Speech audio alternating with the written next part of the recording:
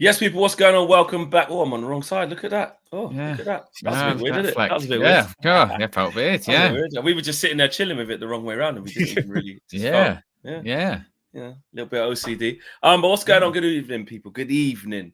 Second week of the international break, the week where at least it's only half the week, then you start getting our players coming back, etc., etc. Welcome to the red carpet. Smash a like on a video, subscribe to the channel if you are new. Shout out to KG, the comedian. Shout out to Bradley. Shout out to Dev, and of course, shout out to Owen and all you guys in the chat. We're going to be talking tonight, about something Fabrizio Romano said today, and he just casually dropped it, and it's a big statement to make, to be honest, especially if it goes on to not happen. But he said that we're going to sign a midfielder in January. That's what's going to be going on. So we're going to be talking about who we think that could be, what he said, when he said it, etc., and see people's thoughts on that, man. And as usual, just going through, the lead up to the big game against City and how we're feeling about things. Of course, probably a little bit of the everyone's had their say and stuff, but a little bit more on the he's gone.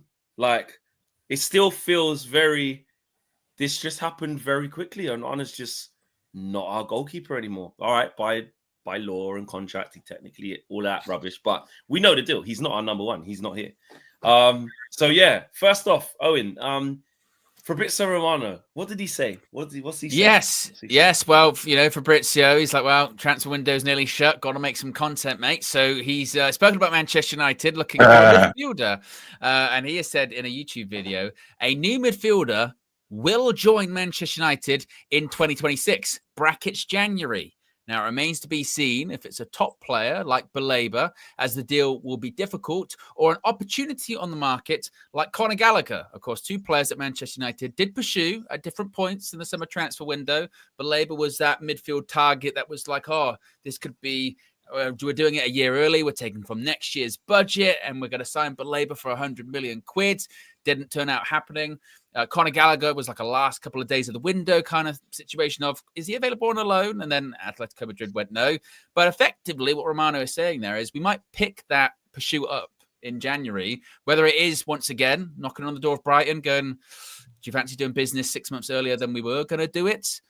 Or do they go back to someone maybe like Atletico or another team and go, this player's not playing, we'll take him on loan for the rest of the season. We're going to get a midfielder, says Romano. Thoughts? It's crazy because we could get into the midfielder stuff, but I feel there's an Ineos type conversation at the same time, because this has been super impressive what they've done. Brown envelope. You're just an Ineos super fight. KG, I'm sick of it. I'm just sick of it. You're all bought and paid for. You're not a real fan. I know, but then we have to be honest and say, look, and you can give Amrin the credit as well. Ineos, Amrin, this was a strategy for the first time that we haven't seen in this club. And obviously, we're praising the stuff that should be happening, but it hasn't been. So I don't think you can not mention it. A lot of people say, well, the club should have been doing that. So I'm not going to give you any credit for doing your job. But Man United, literally, Rasmus Højlund, the way they got him out, I'm not going to change it. I'm not changing it altogether. That's so rude. I did think. I'm not going to lie. I did kind of think of you missed. Plan.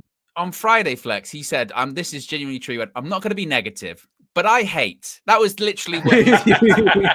So it's entirely possible he could come in and go, thank you for that question, but what I want to answer is... There's a tie-in. I will say this, look, this has all been planned out. There's part of the master... What's the Andy Tate thing? Part of the master planning, wasn't it? Or something like that. One of the lines. Yeah. Because this is really... what it feels like. These guys have said, I'm going to get all these expensive players off the books because that was important. And then maybe we go back to the likes of, because I now believe it's Baleba that we're going to go and try and pick up. I believe it's Baleba and Jan. Because you don't want to, it's going to be difficult to get Baleba in the World Cup type year with everything going on. It'll just be so hard and other clubs ready to pounce.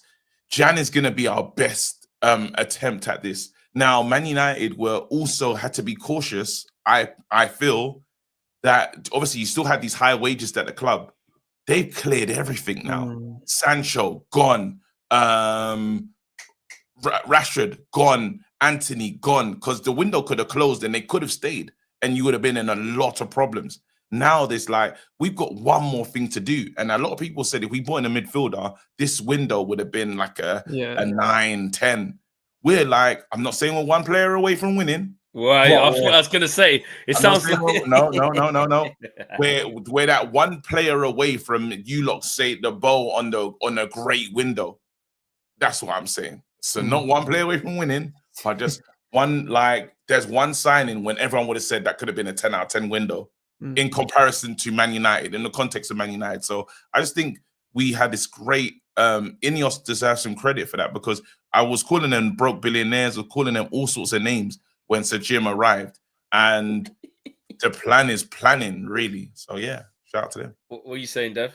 It's all music to my ears, because I've been saying this like for a long time. Even I saw the method in the madness of why they were doing some of the stuff that they were doing, and even on here, like, I had to do my best to, you know, talk through some of the harsher decisions that they were making and what the kind of I do remember that actually. I remember through the thing you've been one of the I hate the term Ineos backer, but where you've seen like when everyone's like, nah, these guys ain't got a clue. I do remember you've always been like, listen, I can see it.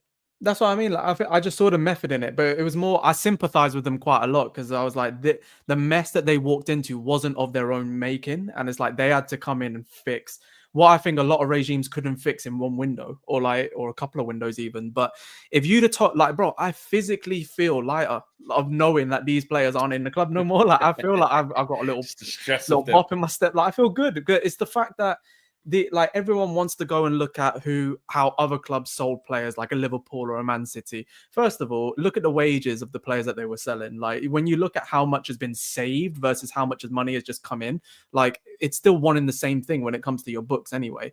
And when you see, bro, Rashford was on nearly $500,000 a week. Like, not like he's closer to $500,000 than he is closer to zero. Like, he was on $350K a week, and you got, I think overall with the players that we've let go, we've probably saved $1 million a week. That's mental. Like, just of those 5 players, we've saved probably around £1 million a week. And we've also saved a lot of negative attention coming into the club. And we probably left a bit more space, considering we didn't get the midfielder, to make sure that our, you know, having a academy grad in the squad thing stays going for a little bit longer. So, and I think it always will, but I'm happy with it. Like, and, you know, Onana, like, I think he duped me to begin with, because I thought the one thing that he had on his side was at least he had a bit of a mental strength about him. But the man's gone for money. He's purely gone for money, and that's a shame, because that's not nice. That's not nice. We can't say that. No, I think he's gone to play as well. That's taking the piss. We have to give him his. He's going to play. Yeah, he's gone. He is going to play. But he was offered Saudi, which is one thing, but he was offered Monaco, and he's been offered chances to go elsewhere to play at a better level. If you told Onana, you go from Inter Milan's number 1 to Trabzonspor's number 1. With all due respect to Trabzonspor, you're not picking that. Yeah. So he's gone, and he's getting that's not fair. The club iced him out, which we did, and it was right to. And then he's gone to play football. He wants to play. He's not gone for money. Like, he could have just sat on the bench and waited for his moment. The guy wants to be a player. He could have, but remember, he's not going for the same amount of money. He's going for more. So I think, like, they found a good deal. They are forcing him out. He done what Rasmus basically said on the Napoli thing. You lot trying to force me out. This is what this force out is going to look like. You're going to have to negotiate, because I don't have to go nowhere. You're forcing me out. I could sit here and collect a check, or you lot could sweeten the deal. I think that's even if he asked for a pay rise, that doesn't say that he just left for. We've said you're not longer part of our plans. Yeah, and now we can't put him in the brushing with that thing, saying it's just like one of those. Oh, what's the word? Those army guys, not official army. Mercenary. Never given the mercenary. No. To be fair, like, I hear what you're saying. That's not really the point I make. I might have said it wrong, but like, I think what it's nice to know is that because previously we probably would have cowered to the certain demands that these players decided to be making. But what we've actually done is we put our foot down, and we've shown kind of where our head is versus where the player's head's at. Because he could have just stayed, I'm going to stay and fight for my place like some of these other ones if he felt he was good enough. But the fact that we've kind of said, like you were saying, KG, to be fair, and I agree with that we've kind of put our foot down and said, we'll decide if you're good enough or not. Because I also also as well, like people will say so I agree with your point, to be fair. So when it comes to also this rebuild thing, like, oh, we've been having a rebuild for so long. We ain't had a rebuild like this before, where actually like a CEO is saying, you get 1 or 2 seasons and then you're gone if you're not good enough. He's actually put his checkbook where his mouth is and saying you're going to get gone. So fair play to all them, fair play to Ineos, and I respect where they're going. And more importantly, on the Belabor or the midfielder debate, the amount of money we're saving now, and you look at book values, you look at how much we don't have to pay anymore. The fact that we have that, and we're going into the January window, this could be one of our best January windows ever. Personally, I think it's going to be. I don't know who we're going to get. I personally think we could look for more bodies or look for some decent players. But if Belabor is available, I think, like KG said, like we want him. And Ineos, I think they're going to try their best to get him, because that's what they've done with Cunha. Did it with Mbermo. Like probably overpaid out of all of them for Seshko, you could say. But if he comes good, then it's not an overpayment. But I think they want Belabor, and I think they're going to try and get him. So I think January is going to be big. And they said, like, the reason last season we were so hamstrung in January with only getting Dorgu and Heaven is because of all the players that I just mentioned who were still taking a wage packet, but they're not there anymore. And I think people are underplaying that. Like, some have gone permanently. Some have gone for pure profit value. Yes, you can argue 5 to 10 million here or there for each of them. But for over £1 million in wages to be saved in one window, that's mad. So I respect their game, and I think it's going to be a good January. High praise from Dev. Bradley, are you feeling this level of optimism with the work that Ineos have done, or is this too much for you? Are people giving them too much props? No, I think it's fair. I think they've had a very good transfer window with the players that they brought in and the player sales, and I actually do think we might actually land Belabor in January because he's on 12 grand a week at Brighton. So I think the personal terms won't be an issue, and I think we might have turned his head, because I've looked at Brighton in the first 3 games and he didn't look great, and that's why he got subbed off. So we might have turned his head, or it could be match fitness potentially, but we could have turned his head. And also I think if we had sold players earlier on, I think we might have put a big bid in for him at the end of the window. So I think we've got that money there ready to put a bid in. I mean, it's interesting you said. I know there was that thing about he's got the 12k wages. I did see some people, like even some Brighton podcasters, like, listen, he's not on that. What? I've got their wages up now. Is that true? Belabor, where's Belabor? Let me see that now. You mean to say the internet lies? I know, right? Belabor. He's not at the top, that's for sure. Lewis Dunk, bloody hell. Then again, there you go. It does say 12.5 there, to be fair, on Capology, but and that's what we use, and we do use that for everything else. But I have seen that online a lot, that he's actually not on that, and that's a load of. Well, when you type it into Google Flex, it literally, like, you type in Belabor wages, and it says like Carlos Belabor. It literally, the AI overview goes, earns an estimated 12.5k a week.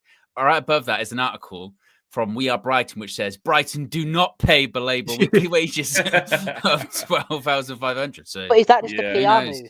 Yeah, from them. Right. Yeah, I think it's clear to see, or clear to say, or safe to say that he's not on a lot. He's not on mad, even if it's a light 20 or 18 or 25 or 30. I don't know. Do you think they'd be really contesting the fact that it might be like a grand high or whatever? We don't pay him 12.5k. Okay, we pay him 13.1. Okay, so if you're going to say it.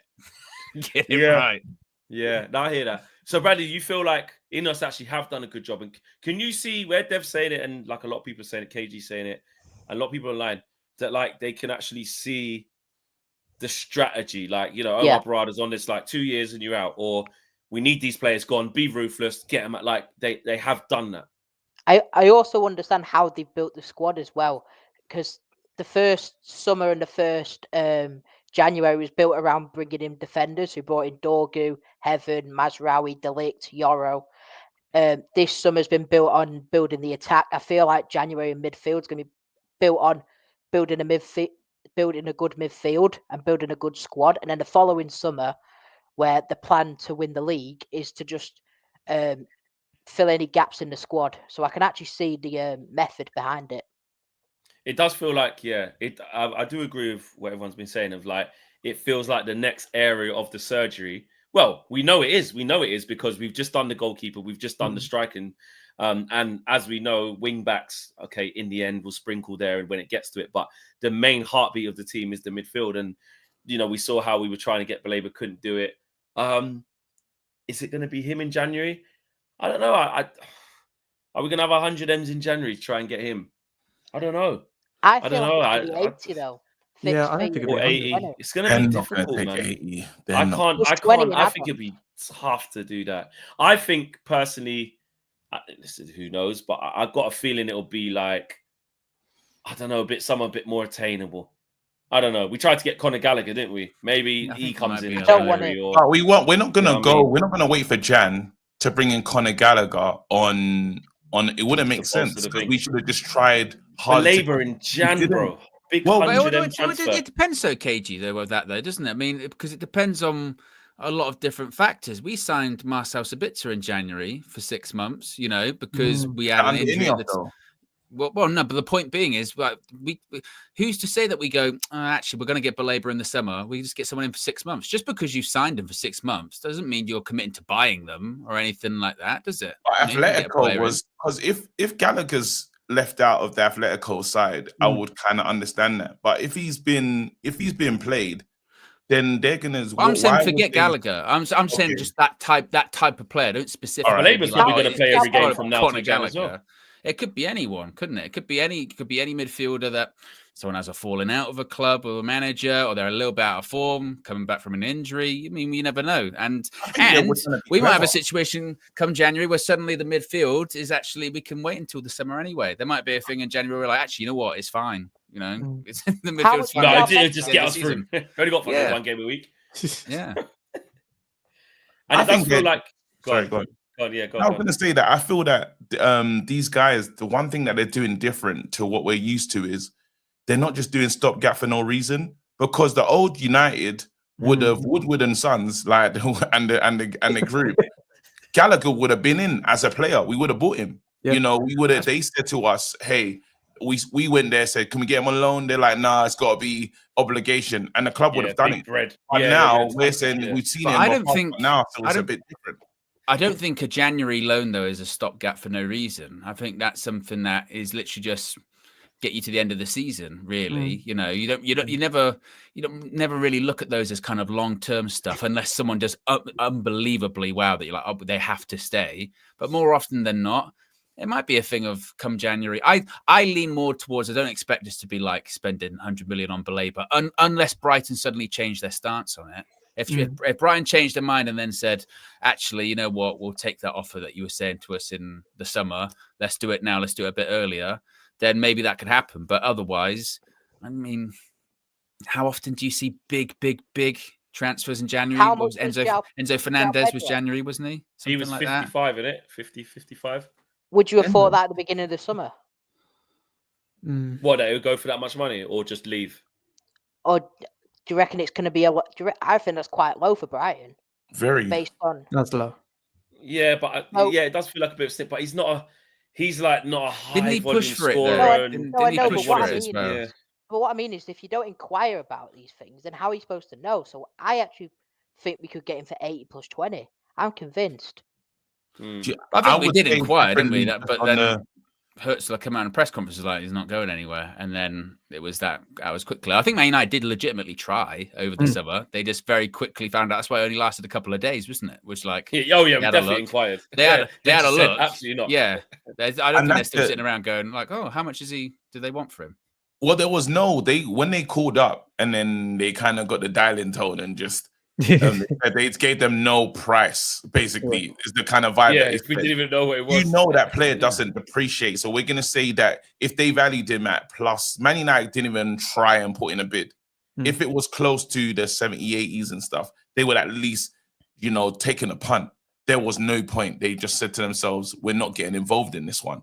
So now you're at a stage where if we do go back, I think it's a significant bid that's gonna like 90 million with certain add-ons potentially. That's probably what we're going to have to do. And we kept our powder dry to be able to do that instead of just going for a stopgap guy. January, go for it. Best chance. Because when that other window opens, we're not. I don't think we did. I don't think we did though, KG. I think again that money that was set aside to go for Baleba was from next year's budget. So I don't think it's a case of United being like, oh, I think whatever we spent on Le Mans was still within this year's budget or anything like that. So if we did sign, let's say we signed Carlos Baleba in January, I think it's the same pot as it was going to be in the summer, which is next year's money, isn't it? So that's what I mean. I think the only thing that can change that whole situation if Brighton suddenly decide that actually, yeah, we're moving it up a little bit. We're happy to do business in January because what about Adam Wharton? He might be another one. Maybe something we're just not. It might be two. He might do the double.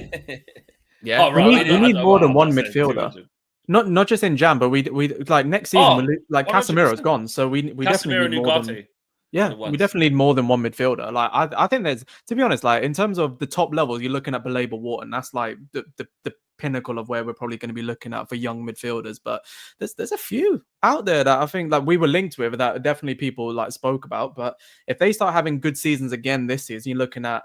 Like, not saying these specific names, but you look at the likes of a Javi Guerra or you look at a Lamine Kamara, you look at these sorts of players, you think there could be a good, not cut price option, but a good high value option, which Ineos love as well. Because the Lamens deal is the one that made me think, okay, we're actually looking at analytics and data and they're actually making smart decisions now. So I don't think it won't just be either one of those, maybe one in January, but next season, I think we could really bulk out that area of the pitch because that's our lightest point, isn't it? And I want to be like, have we got enough food at home to supplement that? Like, I like Kone and I want to see Jack Fletcher and I want to see, Jim Thwaites. I think they all deserve like a run out at some point, but quality and the kind of onus that'll be on them and the expectation to play a two-man midfield in this era, like it's going to be, I don't know where they fit.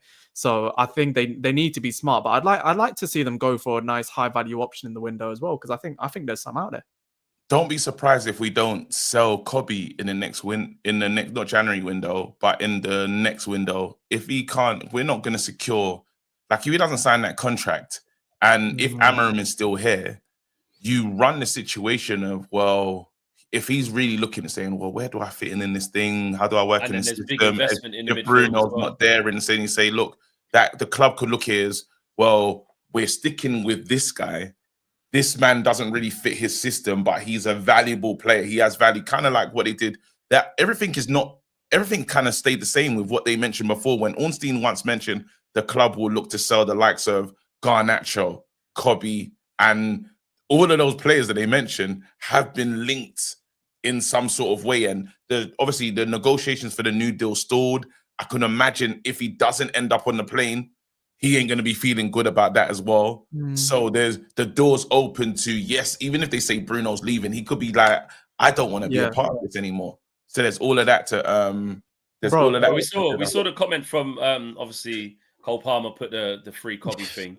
And then Kobbie put under, I think it was United Stands thing about they were just talking about it was just a rumor thing that he was said it's a stretch in terms of, I think that post was about wanting to leave or something. And there was a lot of review of the film. What was the film called again? Is it Whiplash? Whiplash. Whiplash. There was a lot of like thematic analysis on that film based off his post. People going, it's really about this. This is what the film's about. And is that what's going on? That's why he's a bit like he was just going to work hard. If you think Whiplash, the man pushes him to work hard. Just hard work. But then people went for the mental health element that the guy goes through. But they were going on some great. It was unbelievable. It's about how you've got to overcome coaches that are holding you down at a press. Oh, like, wow. Whoa. Right. Okay. And everyone asked for a couple, I think, was like, no, not really. Like KG, your point, like I actually can't get that out of my head. So do you think, like, and everyone else is like, if Kobbie doesn't make the World Cup squad, will he force a move?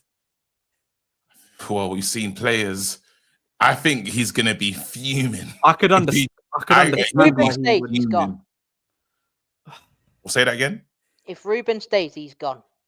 I feel maybe that could be true because I don't believe that. It doesn't work in the system. People say Bruno's going next season. I don't actually know if that's true. Like, if he is the birth space to that position, then cool. But I just don't know if that's. I don't know how true that is. That Bruno's definitely gone at the end of next season, and it's going to be Kobbie's position it feels like it's a nice thing to say, and it feels like it just makes yeah. sense. But in reality, it's like, wait a minute. So you want him to wait, probably miss out on. He hasn't signed a contract, probably miss out on England, and just come back. And we've seen all these players strike. I don't think he's going to do something like that. No, he won't strike. I don't think it'll be as smooth sailing. But also, we don't know what Man United's stance is. Let's be real. This all happened quite late in the window when it started to emerge that Kobbie wanted a loan at least, and all of the stuff really intensified. Where, let's be real, we didn't get Carlos Baleba. We didn't bring in midfield reinforcements and try to get Conor. Like, it was very messy and the wrong time. So Man United, just because they have stated that, you know, they want him to stay, and Ruben says he's important, he needs to fight. Just because they publicly saying that, we don't know what it would have looked like. Should we have got Carlos Baleba or Conor Gallagher late in the We don't know. That we were forced to kind of make sure he stayed. Remember when KG was like, he's not going to go anywhere now. It doesn't make sense. We'll be light. Like, he can't actually go now. Like, forget the footballing, whatever it is, and the reasons why. You actually can't go right now, because even though we've got one game a week, we can't just have Ugarte and Casemiro after Brute. Like, we just can't.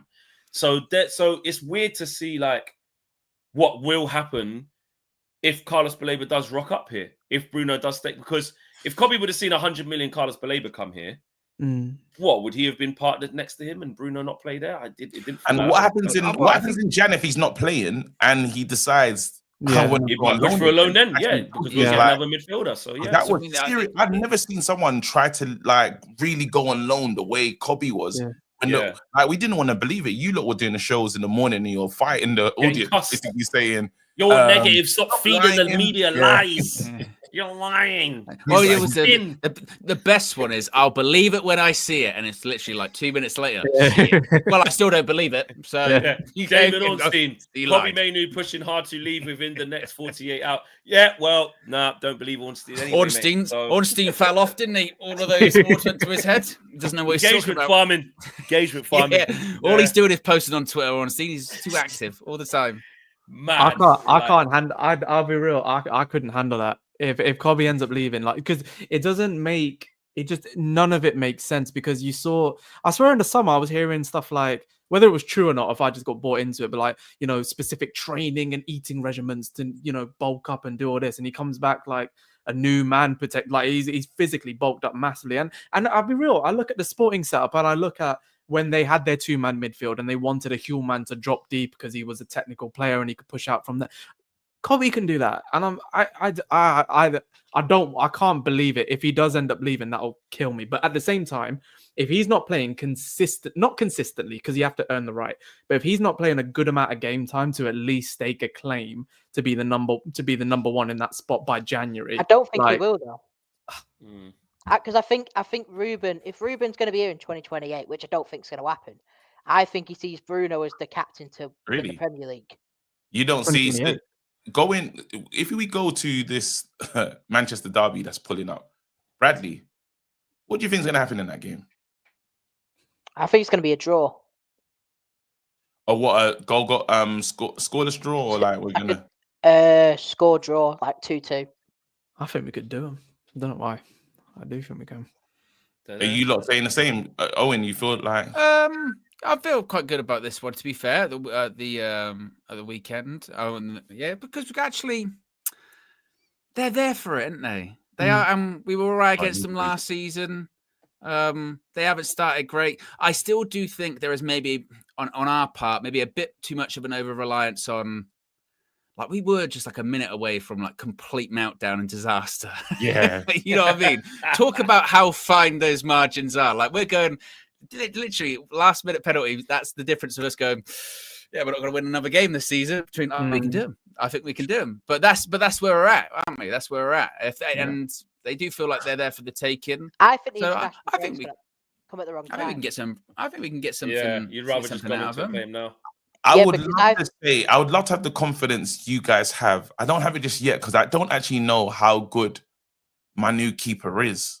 I'm just hoping he's good. Are you with me? Like, you're also assuming he's going to play against Z. Hey, well, look, if you ask was it Rob Earnshaw? Did you see him on Sky? We've made a very big mistake. Big mistake. Bro, has anyone ever sat there and thought something's big's happened? You're like, I can't wait to hear what Robert Earnshaw has to say about this. I thought it was one of those ones where they told him he was going on for something else. You know what I mean? You can go talk about your former club West Brom or something like that, and they've gone. So, what do you think about Andre Onana? Well, I've seen a lot of him. Well, and sometimes you see the headline. And maybe it is because I saw the headline and thought, all right, else obviously they must have this wrong. Let me just watch the video just to make sure the context is thing. And the triple/quadrupling down on what he's saying. Like, listen, big up Rob Earnshaw. He's played the game at the highest level. Yeah. Obviously, his goal celebration was flipping upside down and going up. So maybe that's his equilibrium still off from doing mad flips. Maybe, yeah. Because, bro, like it's mad. Like he was like, well, obviously he's a very good goalkeeper. All right, okay. And then it was like, and to be honest, it's not actually Man United pushing him out. It's him saying he doesn't want them anymore. That's what it is. Because he's saying I wouldn't be surprised if he's pushing for the move.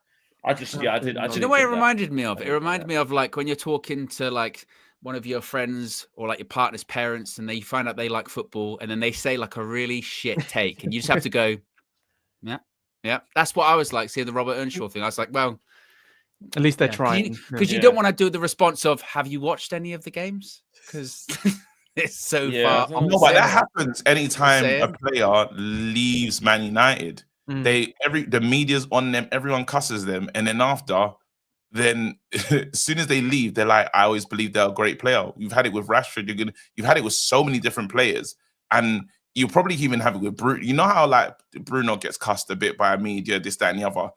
As soon as he leaves, they'll be like Man United's best player. People that you never heard talk up Bruno in the media, they start will doing now say how great he was. They've missed out on that the guy that the numbers are all the stuff that we tried to argue, and it's like, no, they're not having it. So bro, they said it already. They said it when he was being linked to a Saudi. Like they were going all about his numbers. Like, how could they let him go? Like these men don't care. TRW says big up Dev FC. Dev said just before coming on live as well. He's like 500 off 10K on his YouTube channel as well. So make sure you guys look. We got just under 1,300 people in here. By law of averages, it's got to be 100 or 2 or probably more that haven't subscribed to Dev's channel. So I'm saying help him reach the next milestone. That's what it's about, milestones. KG's at the 50. I remember when KG was back at like 37 or 42 or whatever the thing is, trying to get to that next milestone. Same with Owen, 25.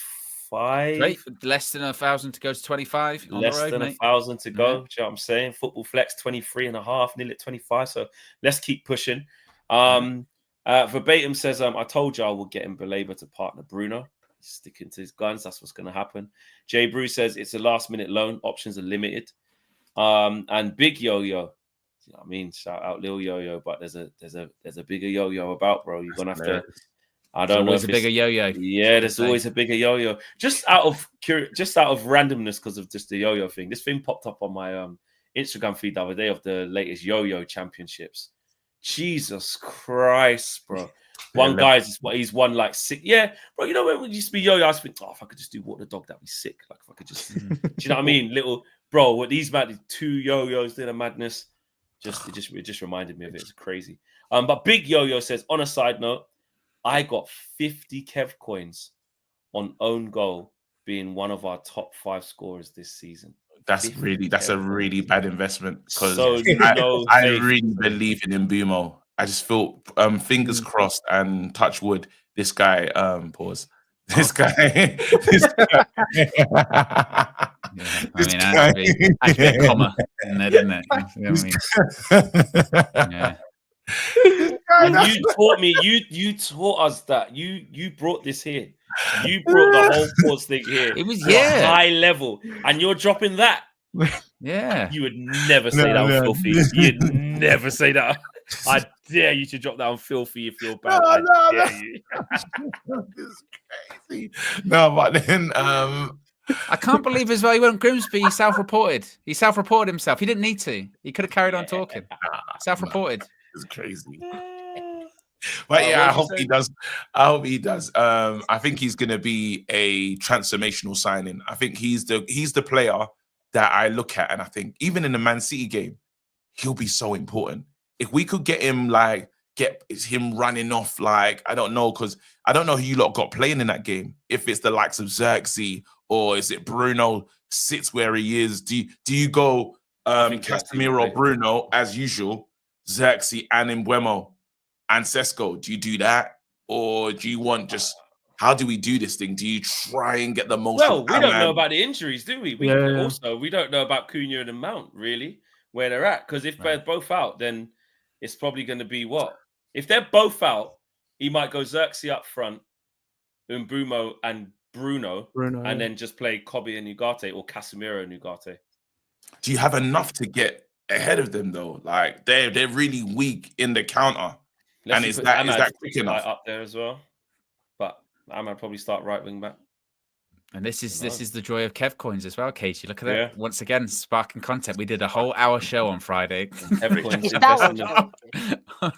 Dallow's fit, I think. Dallow's all right. He fit. No, he pulled out the international squad, didn't he, Dallow? Did he?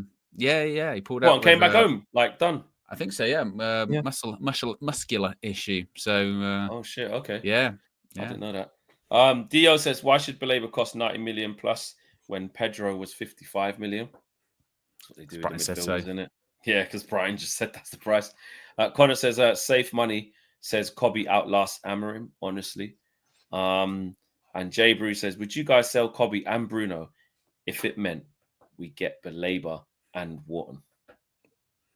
I can't let Kobbie go. I don't know what it is. It might be what happens anyway, to be honest. That's at the moment, scenario.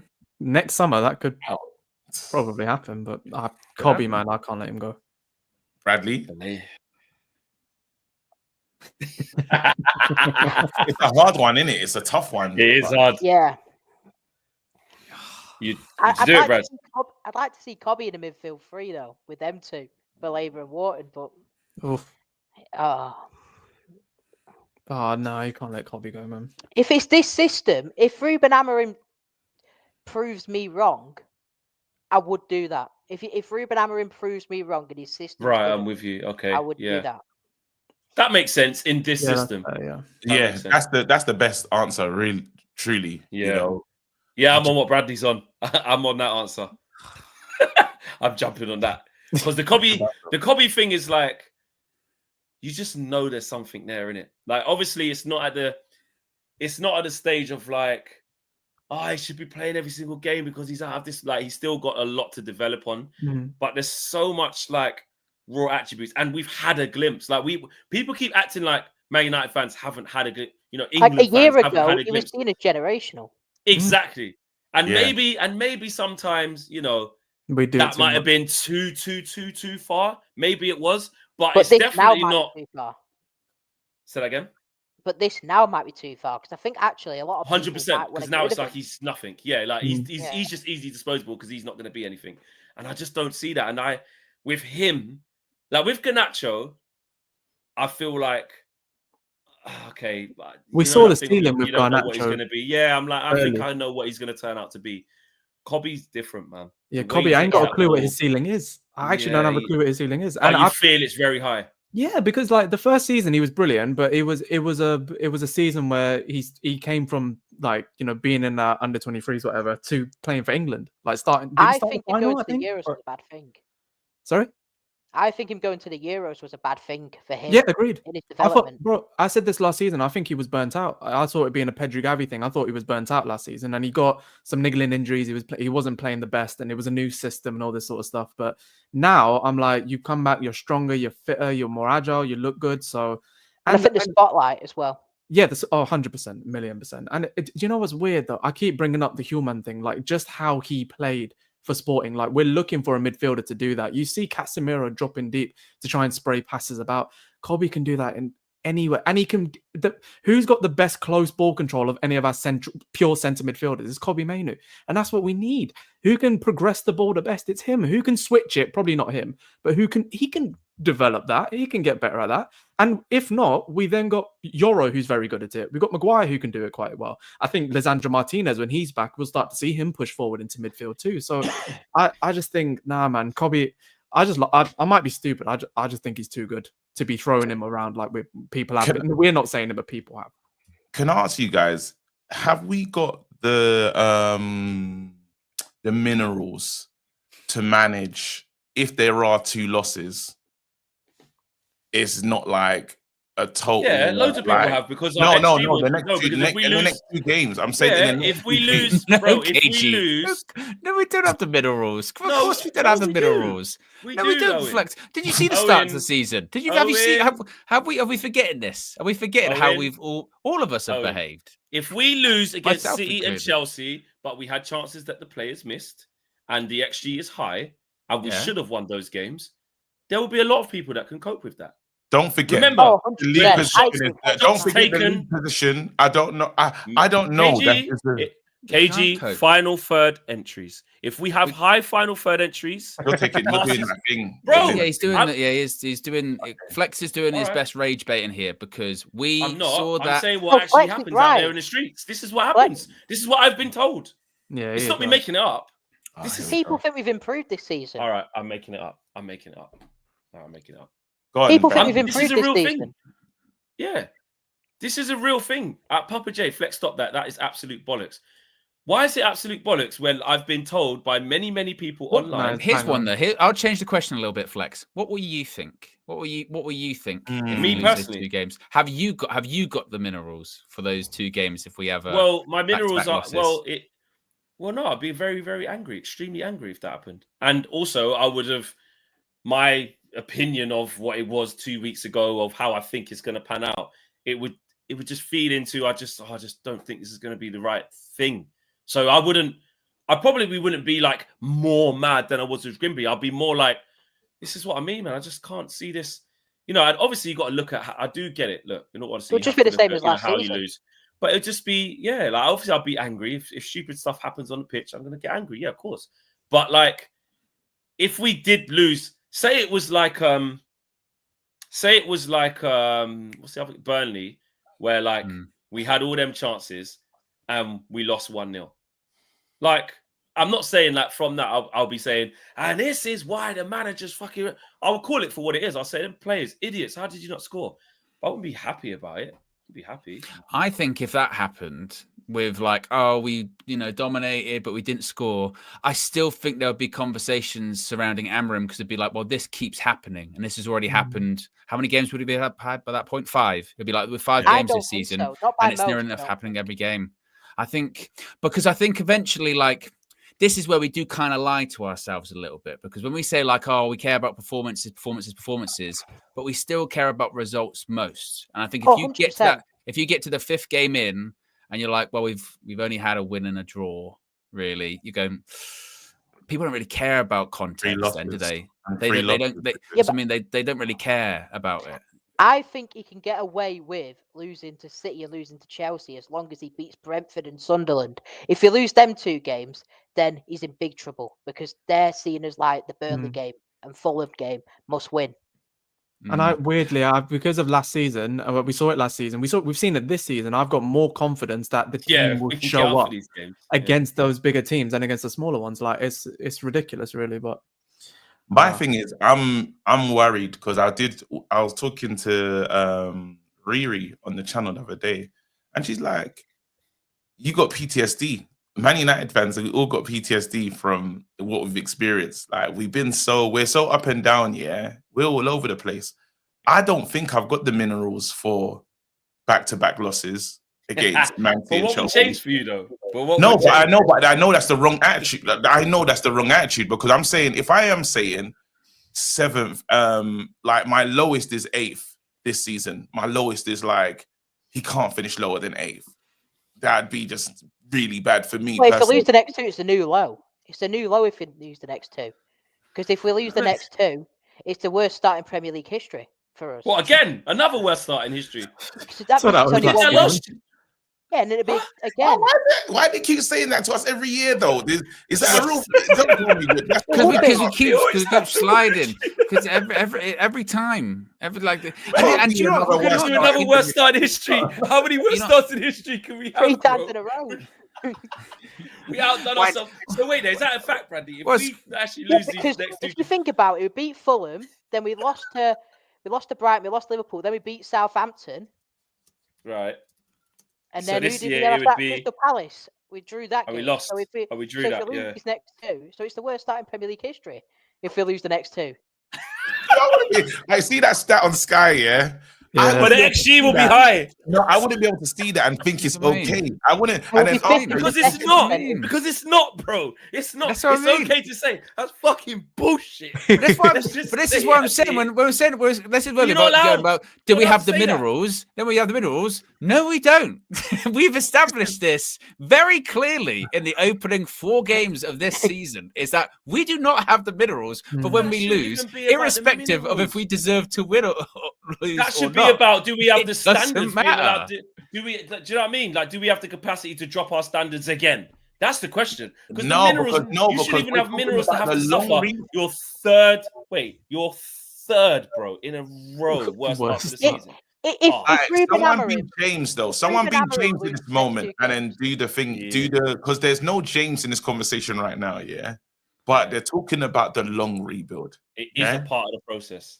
And it And- being a part of the process and fully the James argument, there's an argument of And but that- we're and that. on a journey.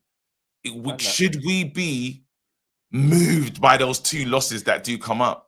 That's No, but do you this, know what- that, I was just With about to that say thing, that. Yeah, with that, the thing is though, with that is like sort of Brad was saying, then you go into like, oh, okay, you got Sunderland and then whoever else are playing afterwards. But aren't you really worried about those games becoming so do or die for us? Like when we were playing Burnley, we were like, oh my God, if we don't win this match, we are screwed. Like, what's even going to happen? Like, I don't And that's know. when some of you lot want to play the new keeper. That's when some of you lot want to play the new keeper. You lot. Those games are so pressurized, aren't they? we have to I've get never sweated results. so much through 3 o'clock against Burnley. You taking the piss last minute. We Oh. have to get results in the next 2 games. We have to get results. It's not all Can't right lose for Man both. United to. It's not all right for Man United to keep on losing games. Yeah, because that's the other thing that, again, when that happens, it's so hard. This thing of talking about us is so hard because KG says in isolation, can we stomach a two losses, right? Then Bradley drops the whole, listen, if that happens, it will be our worst start in Premier League history. Again. But then people go, again, 3rd time running. And then people go, well, you did have City, Arsenal, and Chelsea in the first 5. Then some people say, in isolation, you know, it's a process and it's got to take time. But then, as Bradley says, it's not all right to keep because you group it into kind of a continuation of last season. It doesn't look like anything's getting any better, but the games you've played are quite a hard start. There's all these little then, and again, I know I'm like being a bit facetious with it, but it is a real thing though, real talk. Like this thing of a lot of people are quite optimistic because they're saying, listen, it will click. You in Bruno, Cunha, and these types of guys, the XG's high. We're creating chances. You saw how wasteful we were against Burnley. Sesko not up to speed yet. Get these guys firing. We'll be fine. There are a lot of people who do see that. So that's why I'm like, if we do lose these types of games in the way we might lose them, there was a lot of people that be like, that's not a reason to think the manager should leave. That's not a reason that it's not. It's not. And that's why I say that. I can flip it, Flex. All right. Go This is KG said, do we have the minerals if we lose them? Do we have the minerals if we win both of them to stay calm? I don't. Because that's just as bad, isn't it? So what does that mean, KG? If we win those games, if we beat Man City and Chelsea, you'll change your opinion on Amorim.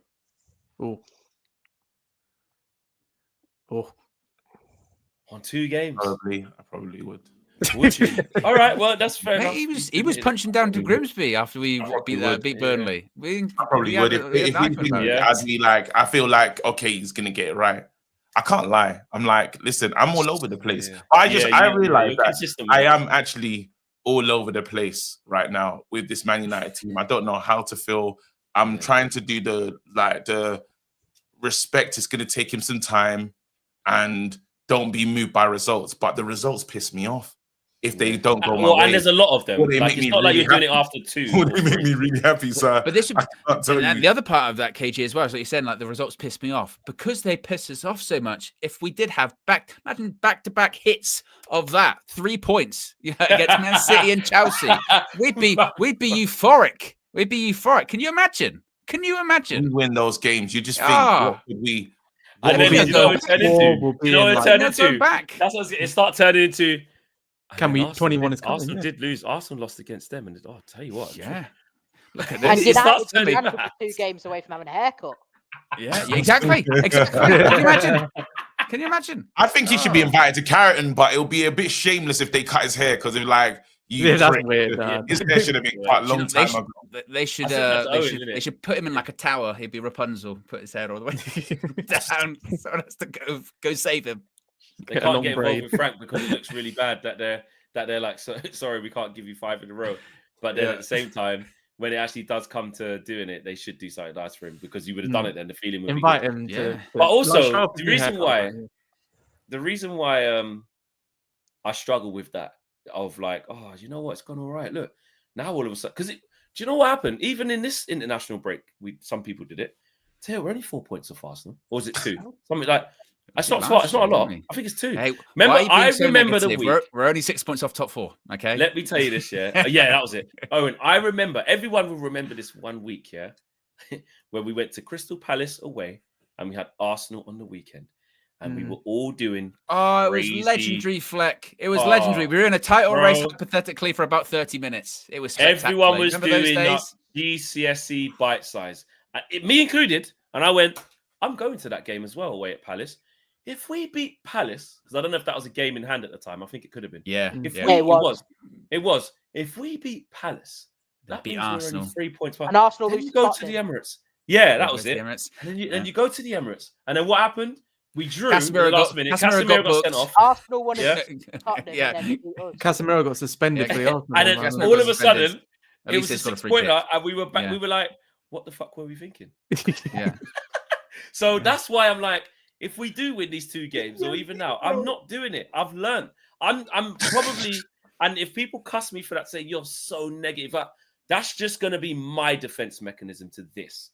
I do the hard mileage. I go up and down the country. That's what I'm going to do personally for me.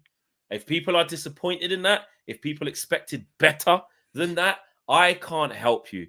This version of me, for the foreseeable, won't be getting overly carried away until there's like a big sample size of improvement, a real tangible size. And obviously, if it gets worse, I don't Flex. Yeah. I call bullshit. I call bullshit. Yeah, I call total bullshit. What you think that if we beat City, I'm gonna just be like, no, if we beat City and Chelsea, they'll be part of you when you go, bloody hell, wasn't expecting that. There'll be a little. I can say that, but that's not. There'll be a little sparkle in your eye. I think. But that's all right though. That's the case for me. I'm sorry, what, bro? As fans, we live for that little sparkle. Like now, I'll live in delirium. I don't care. Like if we beat them both, I need that. But at the same time, this is the thing. This is the only time really in history that being on the fence is in my opinion, just totally fine. Because you have to take everything in context. Like if we lose those 2 games, it's not just a bad start to the season or the worst for 3 seasons in a row. It's off the back of finishing 15th and losing the European final. Like it's okay to be angry, and at the same time, it's okay to have some optimism. But it's just for me, like I need to see signs of something happening. Like the most depressed I've felt. Yes, Grimsby, bro, I nearly cracked my whole TV. But that Fulham game really pissed me off. It still irritates me because that was last season all over again. The Arsenal game, I thought we were miles better. They were lucky, and you can say that. But a Burnley game, yeah, okay, last minute penalty. We should have battered them, and we need to put those chances away, whatever. But that Fulham game was textbook last season. And that's where I was like, shit, we haven't actually changed at all. So if we go into this next run of 4 games, bearing in mind what no one's really said yet, there's another international break soon after that. And this is why, if the Burnley game had happened the way it could have happened, and then we had the international break, we can't have another toxic week and a half of thinking what this could have been. So if we play in these next 4 games, which are 2 winnable, 2 are tough, then we go into another international break still feeling bad, then that's just going to multiply and just consolidate over the next few weeks and months until we get to January, where changes will have to be made either to playing personnel or to staff. So I just hope that, for the love of God, I want to see a style of play, a consistency that maybe gets us good performances, maybe a result against the bigger teams, but we move on the smaller teams. Like, that's what I want to see. Move them out. Don't even give them a second thought. Beat them properly, how you're supposed to beat them, and then have a go at the other ones, because unfortunately, I don't want to be Man United saying we should have a pop at Chelsea. Like, let's hope for the best. They're set up better than us. Like, they've been buying better than us. Like City, like I think we've caught City at a bit of a bad point. So I think we could actually give them a go as well. So all of these 4 teams, I need to see the club do what they did against an Arsenal and Burnley, where you fight to the end, you keep creating, you're doing all this. If I see a Fulham performance in any of these games, that's when I'm going to start getting annoyed. But it's the results, and that will come. But those two, so yours is the performance. You're looking to like not regress in terms of like what they're actually doing on the pitch, rather than they won or they lost or they drew. But at the same time, if those performances don't yield the results, I can understand why people be upset because of the last season that we had. Like we should not be accepting that. But if the performances don't yield anything for us, whether that's being excited about what's to come or the results in the short term, then I can't back that. And then we need at least 2 wins out of the next 4 games. At least 2. Absolutely. Absolutely. Because if he doesn't, forget about getting sacked. He should be banned from coming to Manchester. Here we go. That's Bradley. I know. Yeah. We had to have one. We had to have one quote in this. So he thinks he should move out of the whole area. Bradley, I know. He just goes to go home, and they go, "Sorry, Ruben, you can't. You're banned." Unfortunately, that's what I thought he'd say when we asked him if Ineos have had a good window. I thought he'd say they shouldn't be allowed in Old Trafford. I just thought he'd but he saved it until 56 minutes, mate. Which ain't bad. Harsh said, speaking of Harsh says, I don't think club has total confidence in Ruben. Otherwise, we would have signed Emi Martinez and Hillman and sold Mainoo. He'll be gone soon. Rice and Peas says they're really on this Rice and Peas account. Oxford Natural Suppositories coming in 2026. Cannot wait. If that's what you need, I don't know. Maybe you've had conversations with conversations with Gowan Life that we're not privy to. That's fine. Jaden says, can Dev, Bradley, and Flex invest in Kev coins? Got to do it on another show. I did last time. Yeah, we'll have to do it on another show then. Is it? Because it's like a reset, isn't it? So James's were mental. They were actually crazy. What was some of his? Just off the top of your head. He said 15 Kev coins on Cunha to score 10 goals. He thinks he's going to get this season. 10 coins for Luke Shaw. 20 starts for Man United this season. How many? 20 starts. Not starts. I don't know. Yeah, that would never not make me laugh when he said that. 5 coins on Dogu, and he thinks he can get 5 assists. Then he's got 10 coins for Man United to finish in the top 5 this season, and then 5 coins on Man United to win the FA Cup, and 5 coins Bruno will score less than 10 goals, but the team will score more than 60 this season. Bear in mind, we haven't scored 60 goals in the Prem for 5 years. Oh, Ross. What? How many coins did you get? Is it 50? 50. Yeah. He's gone top 5 FA Cup. Man United to score the most goals they have in 5 years, and Luke Shaw to start 20 times. Also, when's the last time he did start 20 times? Was it 10 first season? I think it was. I don't know. It must be. Yeah. Even then, who knows? 20 starts is crazy. The top 5 one just feels so mad. But if we beat Chelsea and Man City, I'd feel that way as well. That's the maddest part. But Luke Shaw's already had 5 starts. Well, 4. Well, how many games have we played this season? 5, including Grimsby. 4. 4. Four including Grimsby. And he's got 3 starts. So he's had 3 already. But this is Luke Shaw we're talking about. Long way to go. We're talking about. Remember when Martinez? Luke Shaw we're talking about. But when Martinez gets back, he's going to be so it's going to take a while for him to starting games. This is Luke Shaw we're talking about here. If everyone's fit, he's not even part of our best back 3, in my opinion. No, of course. Who? Sure. Everyone's fit. Everyone fit. For me, our best back 3 is Lenny Yoro on the left, Mazraoui on the right, and Delict in the centre. Lenny, you're on the left. Who? Mazraoui on the right. I think you need a natural left footer.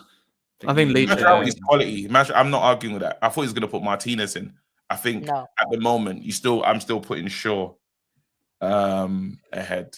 No, my guy Shaw, man, my guy.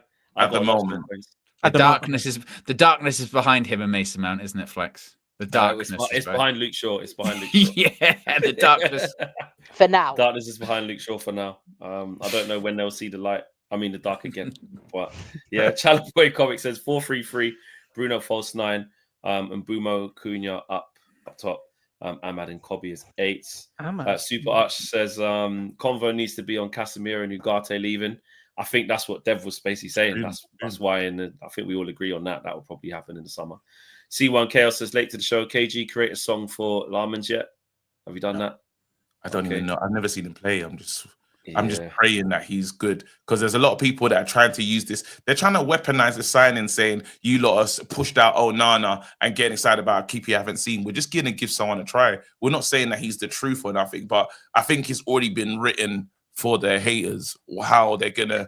Oh yeah, if he messes up or if he struggles, it'll be you got rid of Onana for this. It's like, oh guys, we just Onana for lemons. There's going to be a lot of lemon puns, isn't there? If he has, I think he's a good signing. I'll say it now. I think Lemons is a solid signing. I think that's the type of profiling we should be doing.